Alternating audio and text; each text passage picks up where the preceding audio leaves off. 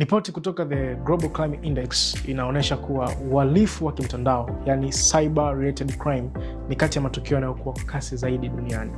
Kwa mwaka 2025 pekee, zaidi ya taarifa za watu binafsi bilioni 16 zilidukuliwa.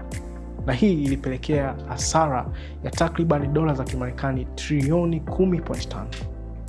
Hii ina maana gani kwetu?